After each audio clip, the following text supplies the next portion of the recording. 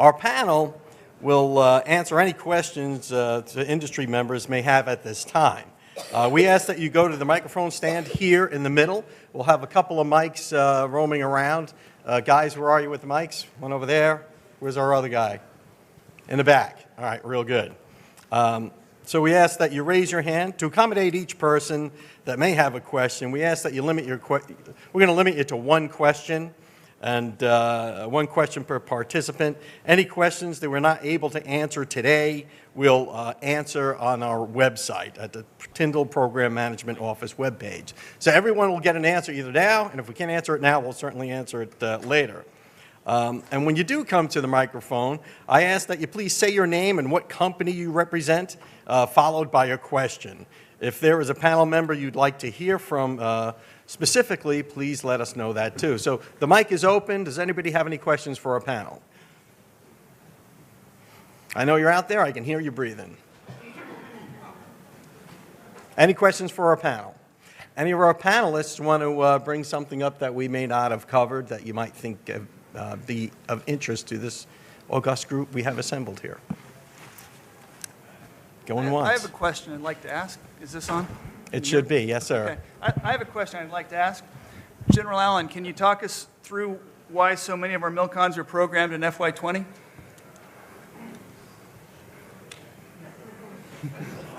Nope. One more time. There you go. All right. So you're coming to work for me again, right? I don't know.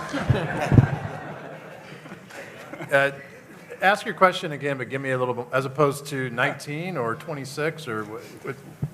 As opposed to a range of, say, 20, 21, 22, 23. Yeah. Okay. So not sure how it's going to play out on the Hill, frankly. But our concern is that there's going to be one bite at the apple to do this. And that bite of the apple will come in fiscal year 20. So you hear the Secretary on the Hill talking about a $2.6 billion MILCON requirement out here. That's $2.4 billion in the projects you saw, and another $200 million in planning and design. It was really important for us to provide some assurance on the Hill that we can get that obligated in fiscal year 20. And thanks to our partners at the Corps, thanks for the team down here doing all that work, we've given them that assurance. So now we start that conversation, right? We don't have $2.4 billion in a budget request right now. And we've been talking about, I'll say it this way, we have not been advocating for a supplemental because we don't do that, but we have been talking about the requirement to deliver an F-35 base and an installation of the future at Tyndall. We've been talking about that since the hurricane hit and talking about the cost that it would take to do that, refining those costs as we got better data. But right now, there is, you all who like to follow these things, you know there's a $9.2 billion unspecified wedge that went over with the FY20 budget request. It was part of actually the Army's MILCON request. 7.2 of that 9.2 is for border wall, and then $2 billion is for storm recovery for all of the services. Predominantly Marine Corps and Air Force, most affected by the recent hurricanes that we have, but there's some National Guard and Army Reserve in there as well. So you can do that math. That's $2 billion. It's unspecified, but that's not enough to do Tyndall. And then I think we're on our fourth attempt right now generated on the Hill for an actual supplemental appropriation. The first one happened just before the beginning of this calendar year in late December. But for the Air Force, those numbers in that supplemental, if it goes through as it's been proposed, and it was just reintroduced last week, $400 million for O&M in this fiscal year, or whenever that supplemental would get appropriated, and $700 million in MILCON. We can talk separately if you're interested about where those numbers come from. A lot of it has to do with assumptions made on the part of staff and members that are trying to help us in terms of how much we need and how much we get on contract. But you can kind of see where we are right now. getting 2.4 billion in fiscal year 20 is going to be a real challenge, I think. So our secretary is stating it very plainly, what we need, and I think it'll be exciting to see what happens in the next few weeks or months. Thank you for that question. Always give your boss a softball. Sir, you have a question? Yes, I do. My name is Ephraim Rivers, retired civil engineer from the Air Force, working for the Johnson Controls Federal Systems team. And there was a question earlier regarding category management. We've heard through a couple of publications that that is coming, but as it was mentioned here today, we should be soon, hopefully, to jumping into that. Can you share a little bit more about category management and how we may potentially be used in these projects? Yeah, I'll take that one. So each of the services is implementing category management according to the guidelines that have been given by the administration. Within category management, there are categories. Sure. I happen to be assigned as the category manager for facilities and infrastructure, basically. And so what we will do, the whole principle behind category management is looking at more efficient and effective ways to buy things. So that could include using a MATOC or some kind of a IDIQ contract where we say all of this work will be done under that contract because we've shown it's the most efficient, effective way to do it. I'll give you an example. All of the services are using GSA, the OASIS contract, to procure advisory and assistance services. That is a category management decision. So we will look for ways as we work with our partners with the Corps of Engineers to use those same principles as we acquire these programs. So if there are some mandatory sources that we can go to, if there are some sources that are most cost effective, a good example may be we give ceiling to the Corps to use our A&E contracts. That's a tool that already exists. It's an efficient, effective tool. So that is a good decision within the framework of category management. So we'll look for as many of those types of opportunities as we can. Thank you, Mr. Edwards. Sir. Scott Hartford with Stanley. Seems to me that regardless of what year these projects are programmed in, you're probably going to need to be prepared for incremental funding underneath that hood.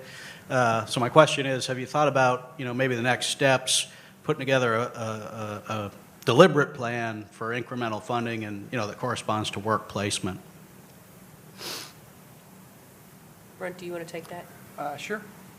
So I think that really comes into how we structure the contracts, what sort of boilerplate language comes in, and I think there's ample. We haven't started doing that research yet, but that's an excellent point. I think that we need to reach out and look at how other similar programs have done it. Certainly this is a highly complex program with a lot of risk in it already. Compressing it into one fiscal year adds to that complexity, as kind of I discussed earlier, and there's the way we award these contracts will be structured and thoroughly vetted through the acquisition planning process. Yeah, I'll add to that. If it's a supplemental, I don't think so. I mean, the funding will come. It'll be there. Where I get concerned about incremental funding is, frankly, in our regular base budget requests, right?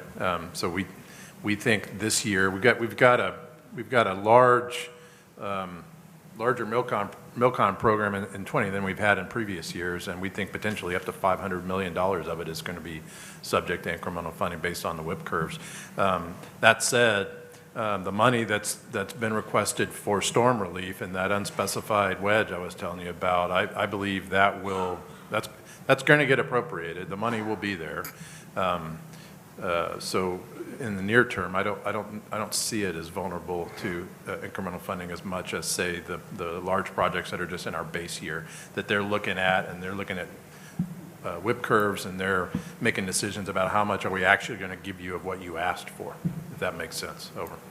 Scott, just one other point on that I'll add on is For the storm damage, as General Allen pointed out, it's not a question of incremental funding.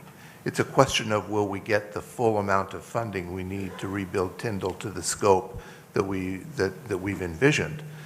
So it'll be you get this much, or you get this much, or you get this much, and depending on how much you get, what are the decisions that need to be made to scope the work to the amount of funding that we got. That's a more likely a possibility that we'd have to deal with.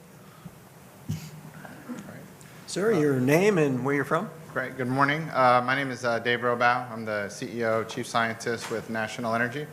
I've spent many years in the Civil Engineering Directorate, Air Force Special Operations Command. And in that capacity, I saw oftentimes there'd be some conflicts between a UFC and a ETL, and we had a AFI that said one thing, and then we had an executive order that, called for something else. Is there an opportunity or a venue that's most appropriate to kind of have some of these discussions and kind of talk through some specific examples? Well, the simple answer to that is the waiver authority for ETLs within the Air Force sits on his staff, works for him. So that makes it fairly easy. We'll build to the appropriate standard, and these guys can talk to that. But if there needs to be a waiver to a standard, should be a relatively straightforward thing for us to deal with. And of course, we'll work with our Corps of Engineers partners on that as well. And there was some discussions about maybe changing the wind load requirements for reconstruction. I don't know if it's... Yeah, that's part of the ongoing discussion, and likely build to the higher wind load requirements. Thank you. Thank you, sir. Craig Franklin with PAE. Reference to SCIF requirements on base. It's been our experience, we're a company that has ICD 705 certified construction surveillance teams. And our experience has been that's better to be a separate contract that's holding the prime contractor, accountable versus being a subcontract under the prime contractor. Do you have any views on how ICD 705 SCIF certification requirements are going to be structured in this? I guess I would just say that in my experience at least, and I'll let my colleagues say if they feel differently, but I've seen numerous SCIFs constructed as part of a MILCON or other major construction project. I haven't really seen if it's a large-scale renovation or brand new construction, it makes more sense, in my experience, to be part of the project and not a separate contract to come in and do a SCIF. Now, certification happens afterwards, but you can construct the SCIF. Yeah, this is I guess what I'm talking to is the ongoing surveillance of the construction that's required, on site all the time. Yeah.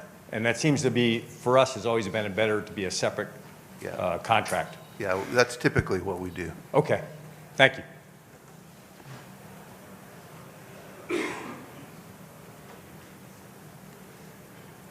Yes, sir. James McConnell, Tool Time Building and Roofing. I'm a local contractor. My question is, I understand that the funding comes from multiple sources, but could you guys elaborate on the specific disapproval through Congress yesterday? And, what effect that'll have? And, what's the next step? Is there an appeal process? Do we, go back and re-engage them again? How does that work? John, do you want to take that? I'm sorry, I'm not sure I know what disapproval you're referring to. The papers and the news said that there was a disapproval yesterday on some funding. The May 1st?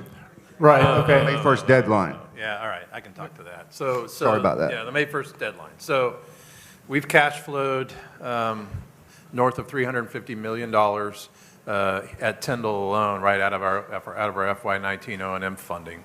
Money not programmed, money that needed to be spent in order to make this installation safe and mission effective for those missions that have returned.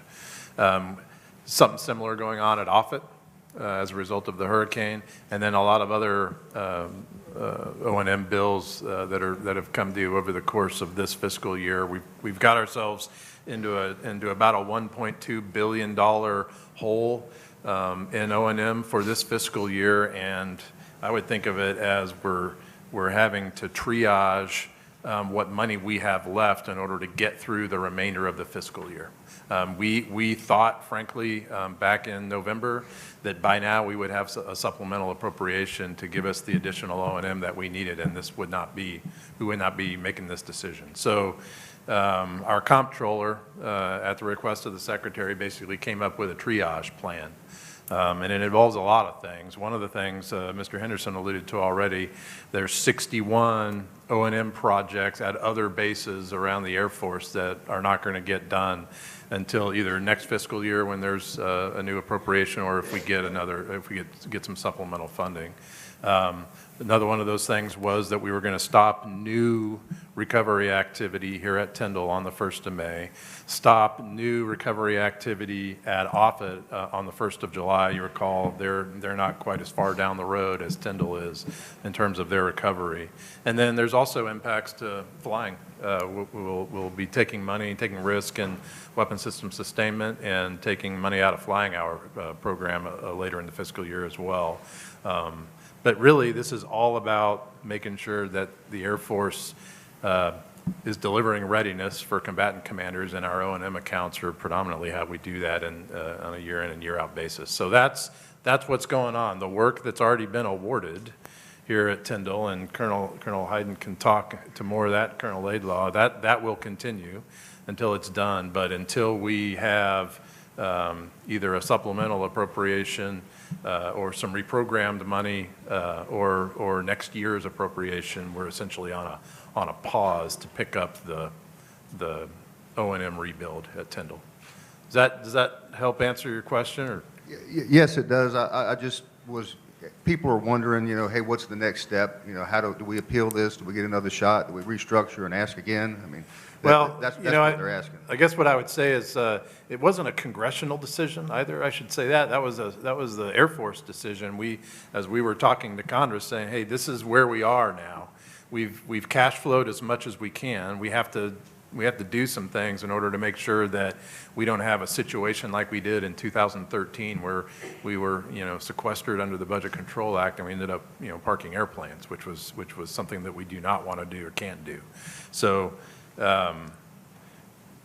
This is part of the ongoing conversation that's, I think, driving some of the supplemental appropriation discussion. So I don't know that Congress has made, they made previous decisions, I would say, on supplemental because they were introduced on the floor in December and again in January, and then again more recently, and for a variety of reasons they didn't get voted out.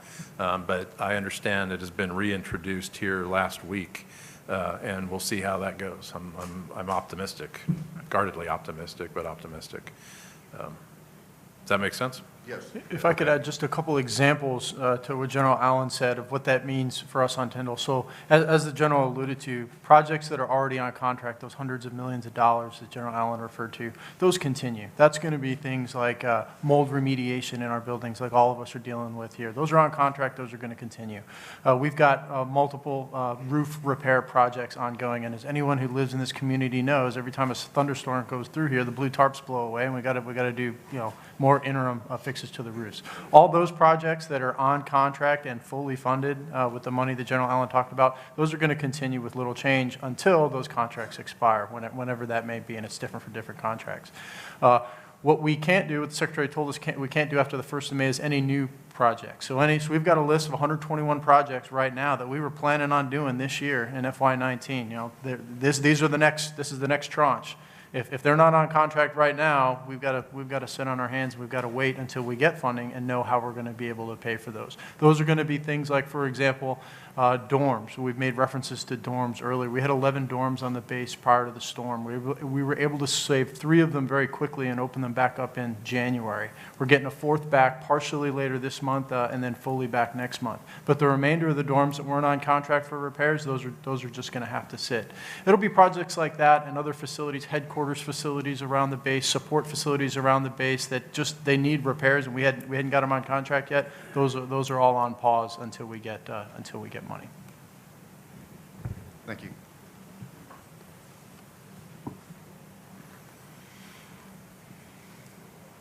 Good morning. My name is Dan Petno with CHA Consulting. I appreciate the challenge of getting AE design firms on board quickly to get things started with the 12 zones. The question I have is regarding the AE DCS 13, it looks like you're leaning towards the 18 large businesses.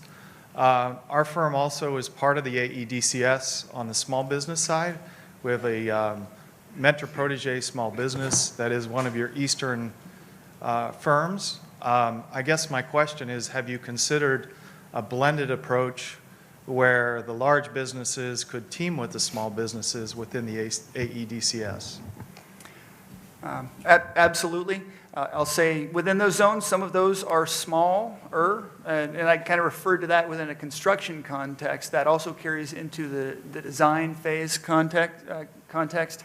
There are other pools on the AE 13 other than the worldwide. There's the East Coast Regional, which does have small businesses on it. In addition, we're looking at how to incentivize mentor-protege relationships and diversify the technical performance on each zone. So the bottom line answer is we are really not just looking at the worldwide. We're looking at all of the tools under the AE 13 DCS. But would you consider a teaming of the various firms within the AE DCS? Obviously, these are some large programs. Maybe you have a capacity question within the small business, 9 businesses that are already here in the eastern region. That's a question we'd have to talk to our contracting officers about, but we would certainly be willing to take that up with them. Okay. Thank you.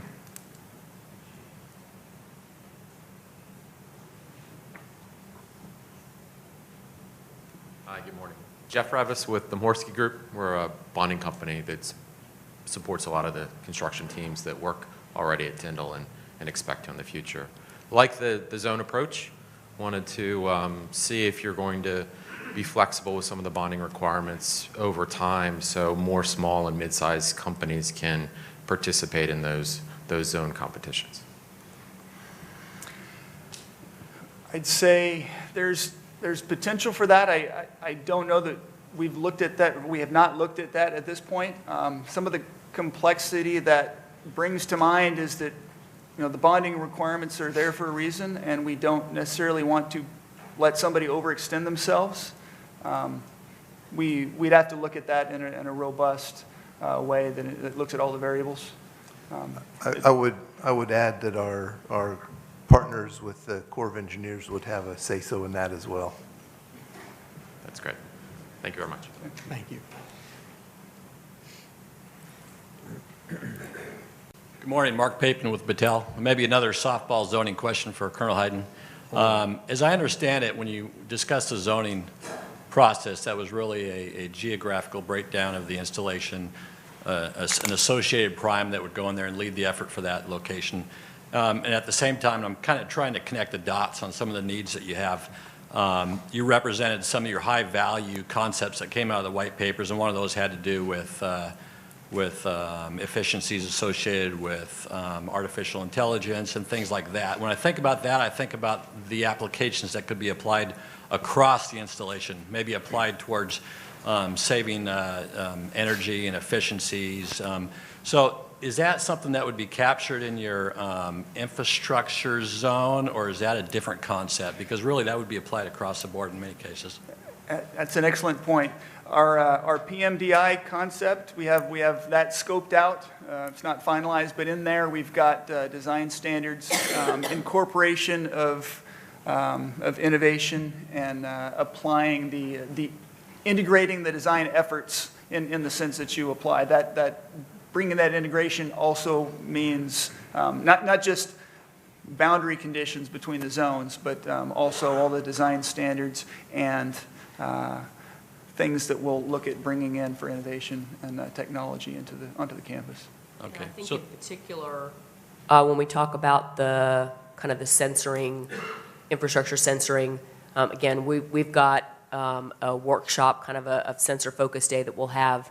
Looks like it'll be early June now, and we will kind of talk through what that might look like in terms of do you put that into each zone, or do we do that some other way? I don't know that we necessarily have that sorted out yet, but that certainly is something that we're thinking about Great. to try to figure out the best way to do it. I'm assuming that'll be, so details on that'll be advertised as far as the June event? That June event is probably, I'm not sure that we're going to have a bunch of industry in that. I think we've got to kind of get our kind of government side, sort of figure out internally how we think we're going to try to approach that first. So that's probably going to be primarily government folks on that. But certainly, I anticipate in the August Industry Day that we will be able to talk about what those discussions were and how we're moving forward in that particular area with AI and sensors. Got it. Great. Thank you. Thank you.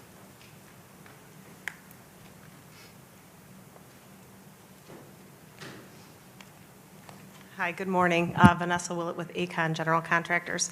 I had a question about the small business set-aside contracts and/or if there are going to be sole sourcing opportunities for those companies who have those mechanisms for contracting for some of the smaller projects that are maybe pending right now or out there prior to the large 12-zone contracts coming out.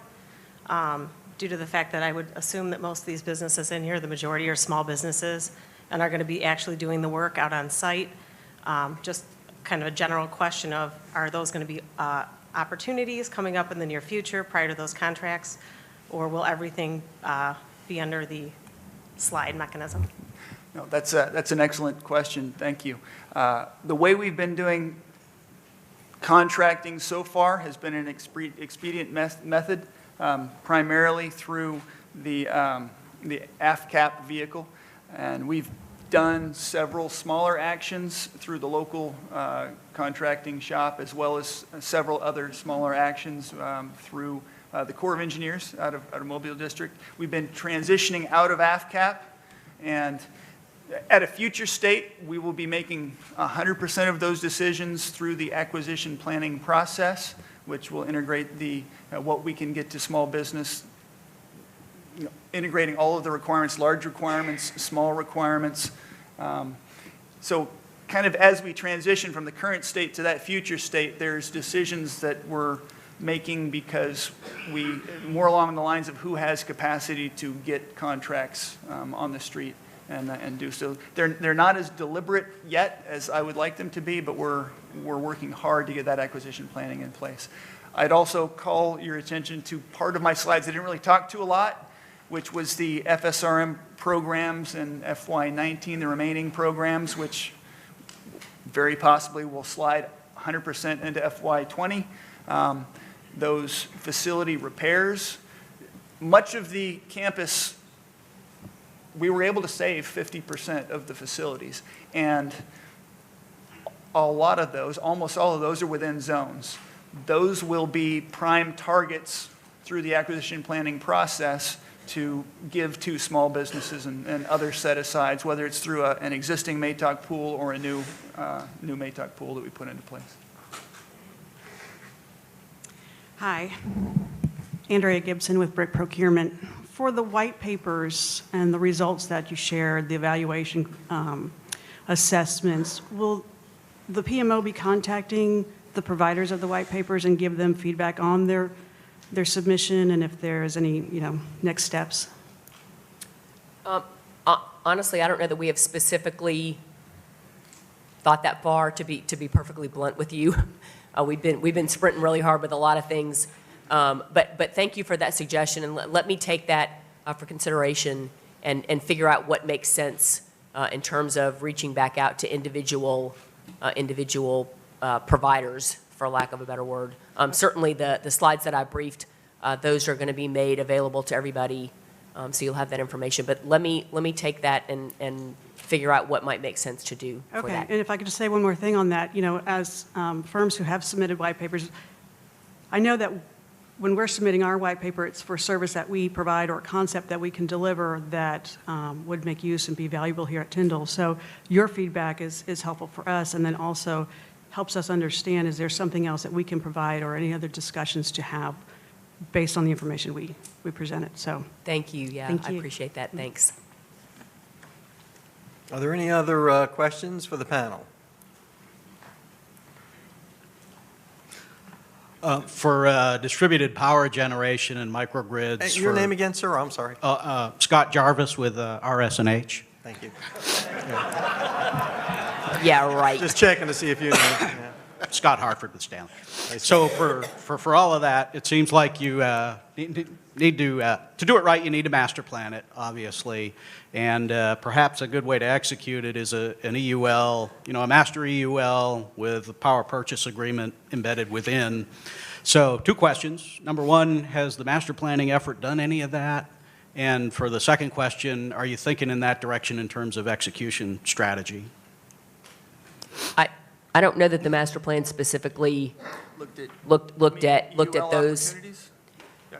No, I don't think they have, but that's something that I think is a very there's good opportunity for some sort of P3, P4 kind of agreement situated around energy resiliency as a whole.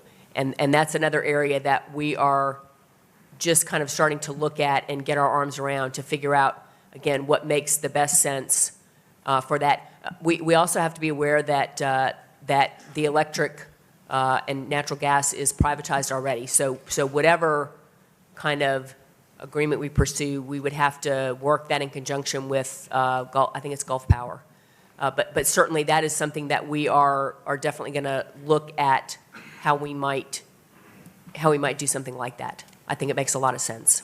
I'm keeping score. That was 2 times 2 questions, Scotty. I know. You owe us a beverage.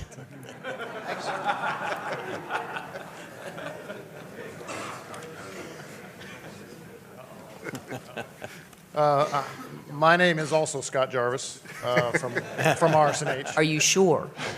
Today. So my second question is related to commissioning and looking at the program obviously from a programmatic perspective and whether or not you've considered laying in and incorporating across the program the commissioning.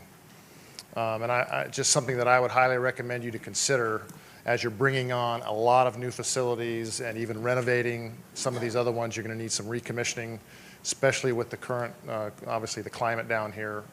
That's something that's almost always an afterthought. And it's just something I think that will deliver you more efficient products and reduce your O&M costs in the long term if you incorporate that into your contracting acquisition strategy. Got that? Yes, sir. That's absolutely part of what we're getting at within the acquisition strategy. Red zone, finishing the construction contracts is always a challenge. The way we've treated, commissioning thus far in this has been somewhat conceptual, but we are tracking that as a requirement within the acquisition planning construct. And this will be our last question. Michelle Sipe with Lutron Electronics. Just wondering if you're also working with Fort Benning as they are looking to do an installation of the future with the Army. If you're leveraging some of the industry days, they have an upcoming one on May 23rd in Arlington. And then also wanted to see if you're leveraging the controlled system test beds that both the Army and the Navy are standing up when it comes to the cybersecurity requirements for your installation. So we've not specifically worked with Fort Benning, but we are aware and will have a number of folks participating in the Army's Base of the Future, sorry if that's not the exact name, but the 23rd May event up in Arlington. We will be attending that and looking for what we can bring to bear here. And what was the other part of your question? Sorry. I just lost my train of thought. The controlled system test beds that both the Army and the Navy are standing up. Right. So we have talked with some OSD level folks in terms of the censoring and cybersecurity aspects, and we will have them participating in our sensor, kind of government-focused sensor fusion day. We are, and so I will make a note to ask them about the Army and the Navy test beds. Thank you. I highly recommend Daryl Hagley at OSD. Okay. All right, thank you. Thanks for your questions. General Melanson, would you like to make some remarks? I would love to. I knew you would. I'd love to make some remarks.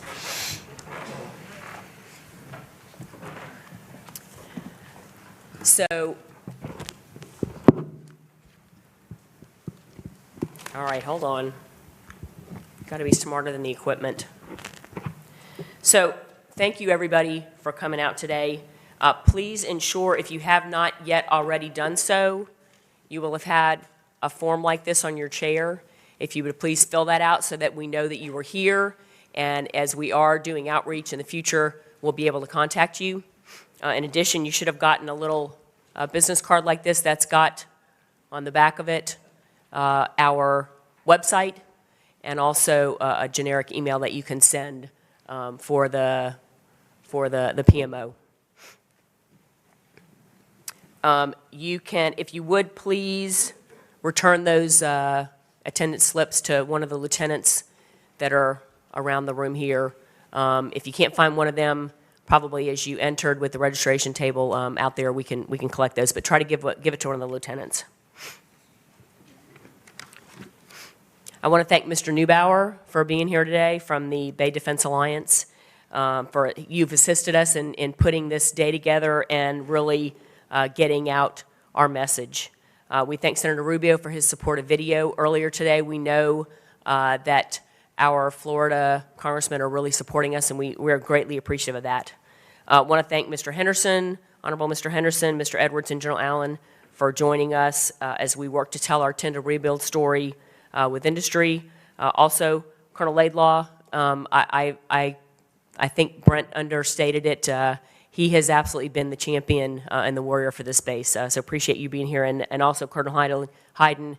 Honestly, I don't know how he has the stamina. He's like the energy bunny on steroids. I'm waiting for him to one day just walk in and boom, fall asleep on his desk just from sheer exhaustion. It's definitely, it is a full sprint here, so. I also want to thank the Society of American Military Engineers for sponsoring our coffee today. All of you all who got your caffeine fix, please thank a SAME member for that. And we also appreciate the dedication and the caring of the Bay County community.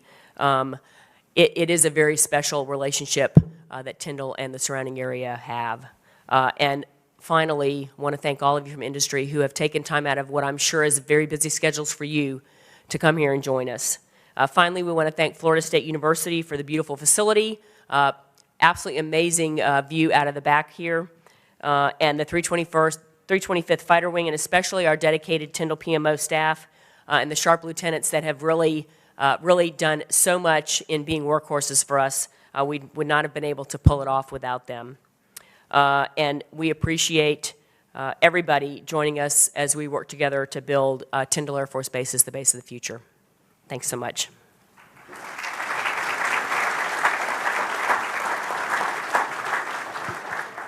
This concludes our Industry Day formal activities. Thanks for joining us today.